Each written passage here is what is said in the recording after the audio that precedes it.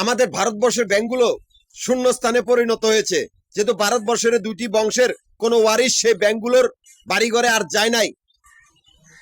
প্রথম ডক্টর এখানে বাপ মা খুন হয়েছে 120 বছর আগে, তার কোনো ওয়ারিশ ব্যাংকগুলোর বাড়িঘরের ভিতরে আর ঢুকে নাই। দ্বিতীয় বংশ বেগু মিয়ার চৌধুরী, যে ভারতবর্ষের প্রধান জমিদারদের ভিতরে একজন, সেও তারও কিন্তু ওয়ারিশ গুলা ব্যাংকের বাড়িঘরের ভিতরে নাই। এজন্য বলেছে আমাদের ভারতবর্ষের ব্যাংকগুলোর ভিতরে আর কারো অস্তিত্ব আর কর্তৃত্ব নাই। এই দুটি বংশের ওয়ারিশ একজনের নামে লিপিবদ্ধ করা হয়েছে শূন্যস্থান। সে শূন্যস্থানটাই সারা ভারতবর্ষের ব্যাংক গুলো শূন্যস্থানে পরিণত হয়েছে। জাহিদুল ইসলাম আমার নামে ওয়ারিশ ভাবে বংশীয় ভাবে দলিল করা হয়েছে, যেহেতু ব্যাংকের বাইরে আমার সম্পত্তি। ব্যাংকেরও শূন্যস্থান গুলার মালিক, সমস্ত শূন্যস্থান।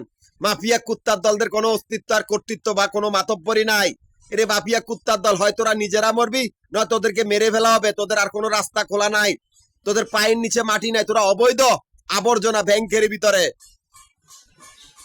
তোরা নিকৃষ্ট ধর্ম ব্যবসায়ী বা নিকৃষ্ট ডাকাত দল বা নিকৃষ্ট জঙ্গি সংগঠন বা নিকৃষ্ট হাইজাকার বা অজ্ঞান পার্টি, যারা কিনা মানুষের সাথে প্রতারণা করস। তোদের রাস্তা নাই, তোরা ক্ষেত্র বলে শূন্যস্থানের ভিতরে পড়েছে। হয় তোরা নিজেরা মরবি, নয় তোদেরকে মেরে ফেলা হবে। কারণ আমাদের কোনো ধর্ম নাই বা আমরা কোনো ধর্মের অনুসারী না। মাফিয়া গ্রুপের কুত্তার দলগুলা নিকৃষ্ট বেয়াদব, যারা আসমান জমিন আর পৃথিবী কে এক করেছে শূন্যস্থানের ভিতরে। একটাই শূন্যস্থান, এই তিনটা জায়গারই মালিক আসমান জমিন আর পৃথিবী ব্যাংকগুলার মালিক। আসমানে ব্যাংকের কয়দি 12 নম্বর আশিক চৌধুরী, যে কিনা আসমানে ব্যাংকের কয়দি। জমিনের ব্যাংকের কয়দি 11 নম্বর বাদশাহ আশিক, যে কিনা 11 নম্বর কয়দি। পৃথিবী ব্যাংকের কয়দি 10 নম্বর আশিক প্রফেসর আশিক, যে কিনা শূন্যস্থানে ব্যাংকের কয়দি।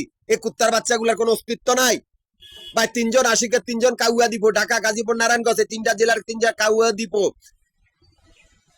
সালনায় কুত্তা বাগাতাগর নাম এই 3 জন আশিকের ম্যানেজার। আবার 3 জন কাউয়া দীপুর আন্ডারে 3 জন রিক্সাওয়ালা কুত্তার বাচ্চা। একজন রাজা ভারত, একজন মিস্টার ইন্ডিয়া,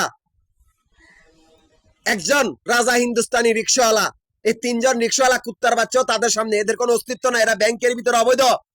যেহেতু আমি ঢাকা, গাজীপুর, নারায়ণগঞ্জ এই 3টা জেলা সমিতির প্রধান, এই 3টা জেলা সমিতির অফিস মিরপুর, নবাবপুর, মতিঝিল, এই 3টা জায়গার ভিতরে আমাদের আবাসিক বাড়িঘর বা হোটেলের ব্যবসা হিসাব করা হয়। এখান থেকে আমার অ্যাকাউন্ট চলতেছে।